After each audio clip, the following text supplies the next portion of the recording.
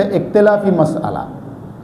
হ্যাঁ, এই মাসআলাটি দীর্ঘদিন এটা নিয়ে ইখতিলাফটা হলো যে বদল হজে তামাত্তু করা যাবে না, কোনো কোনো আলেম বা স্কলাররা বলেছেন। আর অনেকে বলেছেন বদল হজেও তামাত্তু করা যায়। যারা বলেন বদল হজে তামাত্তু করা যায় না, তাদের লজিকটা কি? লজিকটা হলো, আপনি যখন এখান থেকে তামাত্তু করছেন তাহলে আপনি শুধুমাত্র উমরার এহরাম বেঁধে যাচ্ছেন, এরপরে আপনি মক্কার থেকে হজের এহরাম বাঁধছেন, তাহলে আপনার হজটা বাংলাদেশি হজ হচ্ছে না, আপনার হজটা মক্কি হজ হচ্ছে।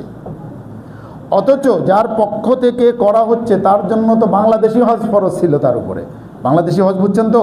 মানে হজের সফরটা বাংলাদেশ থেকেই হওয়া চাই, ঠিক আছে? আর যারা বলেন যে বদল হজে তামাত্তু করা যায়, তাদের যুক্তি হলো, হ্যাঁ, যদিও উমরার এহরাম বেঁধে আমরা কি করতেছি, ওখানে যাচ্ছি, এরপরে হালাল হয়ে যাচ্ছি, এরপরে হজটা করতেছি কোত্থেকে? এহরাম বেঁধে, মক্কা থেকে।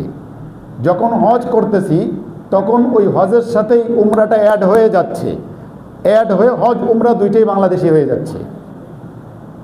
বোঝাতে পারছি? তবে এর মানে এ বিষয়ে কোনো কি নাই, ডাউট নেই যে বদল হজের মধ্যে ইফরাদ করাটা উত্তম। বদল হজের মধ্যে কি ইফরাদ